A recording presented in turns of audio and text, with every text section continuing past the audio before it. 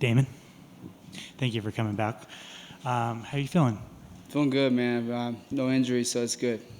Man, you went in there and just took him out. What was the game plan? Uh, I dealt with some injuries about 2 months ago, and like I was gonna wrestle heavy, like normal, do my normal thing, just because I saw some stuff on the cage I liked against him, and then once I, kind of hurt my chest a little bit, I hurt my pec. We switched it up and did a lot of lead hand stuff, a lot of feints, and the front kicks were there the whole camp. I just never really let loose with them. I kind of like hold them back against teammates, and it's just nice to go out there and have it all click. And it's kind of like showing people that Damon Jackson's not just a grappler. Like you got hands, you got kicks, you got everything. Yeah, I might keep the nickname, man. I'm just, it's the labels get put on you when you're a wrestler like that because, people don't understand, like, you work your whole life to be a good wrestler. And so whenever they complain about someone taking someone down, you're like, you know how hard it is to take someone down and hold them down? It's not easy. So, like, there's definitely labels there for sure that don't need to be there. But as a fan, I know that people want to see that action all the time. And, it's just nice to, get out there and have it pieced together like that. How does it feel to take out a top prospect like that? I'm a top prospect, man. I'm one of big fights. I saw him as a good opponent for sure, and he had some hype because he had, he's on a 4-fight win streak, and that's not easy to do. But I'm on a 3-fight win streak before that fight. Now I'm on a 4-fight win streak. So like, I don't look at these guys as like they're above me. I just look at like everyone in my division is someone I can take out, and any day, anytime, someone can lose. So. I think you guys learned that, a few weeks ago when Usman, got taken out. It's just like anyone can lose anytime. So everybody's tough. Everybody's the number one contender. You told me that you weren't impressed with the Daniel Gracie name. What'd you know that we didn't? No, I wasn't trying to talk smack with him because he seems like a good dude, whatever. And the family's done so much with the sport. Just people start throwing names out there, and I'm like, okay, like my last name is Jackson. Like, what do you mean to say? Like, I'll smash you. Like, I don't care about your last name or whatever. And that's all I was getting at. I wasn't trying to talk smack. I was just talking to Pat in the back, man. He's just such a classy dude.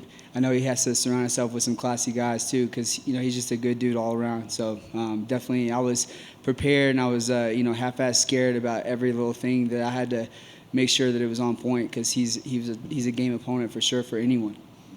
And obviously, it was a very big emotional win, heavy for you. Your brother passed away on Tuesday. Is that correct? Yeah.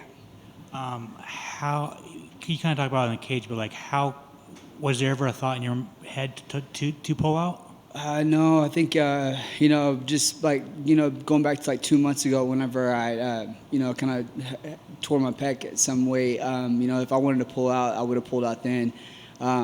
It never even crossed my mind. It's just he's been there for me like my entire career and supported me from just fighting like local amateur shows to getting all the way to the UFC. He's been like a really big fan of me and just been there for a long time and just done everything for me. And very unexpected loss. It's just I haven't got to see my family yet. I definitely want to get up there to them and just make this more reality because I feel like it still hasn't kicked in because I haven't seen anyone yet. I haven't been around my family yet. I haven't got to see them cry or anything. So it's definitely nice to get past the fight and have it turn out the way it did. And now I can kind of go on to being a normal human again. Make it any special to you? Yeah, I mean, definitely, just like taking a big loss like that right for the fight, and then to choose to take the fight and to choose to go out there no matter what emotions I had and just kind of like let loose like that. It was nice to, for it to follow through. And, I'm just glad it wasn't like a 3-round back and forth slugfest. I'm glad that, I didn't take a lot of damage or any damage. It's just, I'm ready to get back home, see my girls, man. Congratulations on the win, and please go enjoy your family. How did that go down? Like, it's obviously your team has your back, and you guys are very close. Yeah. And when you find that out, what are those conversations like about continuing and going on? I didn't even tell anyone about it. I didn't tell anyone about it for a few days because I knew that as soon as I started speaking about it, then I would make it more real and make it more just kind of like it would be kind of out of the question that if I would have been around my family when all this happened. Luckily I was here with Macy last week, and I was helping her get warmed up the whole week, helping her cut weight and do everything. So my focus was elsewhere. And then when I found it out, I had a choice. I could have went back home for a day and a half, or I could have just stayed here.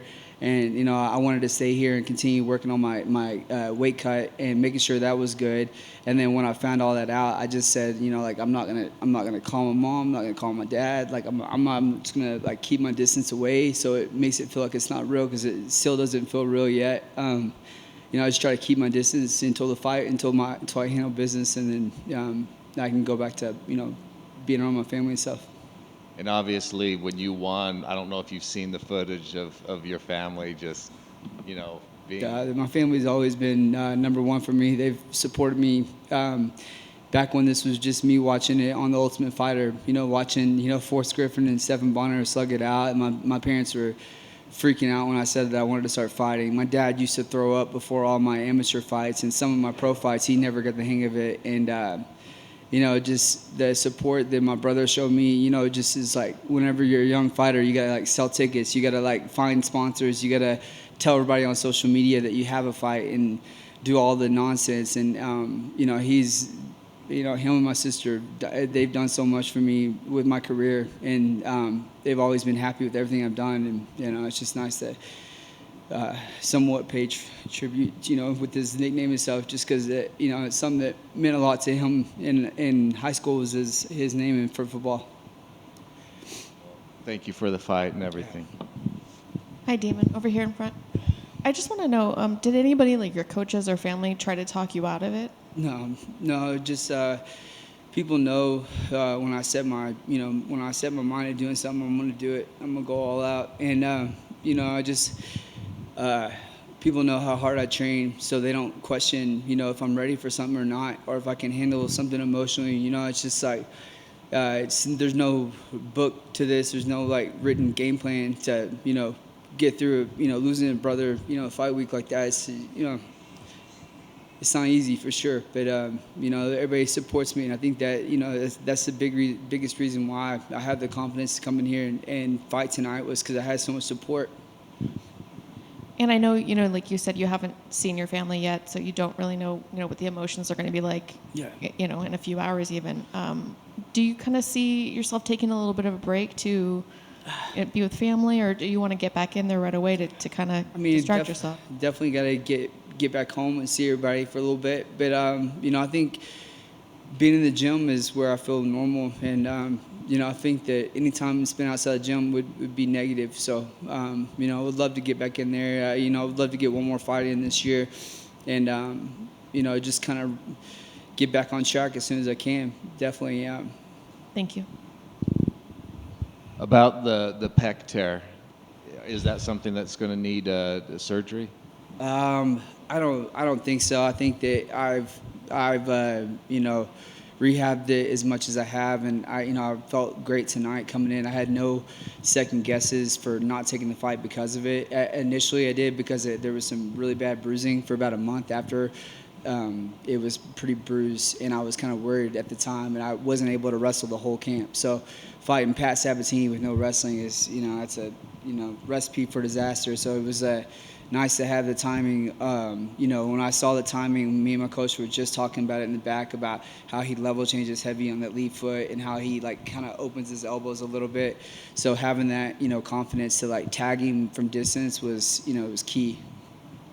Did you feel the effects of the injury while you were in the cage? No, I wouldn't have.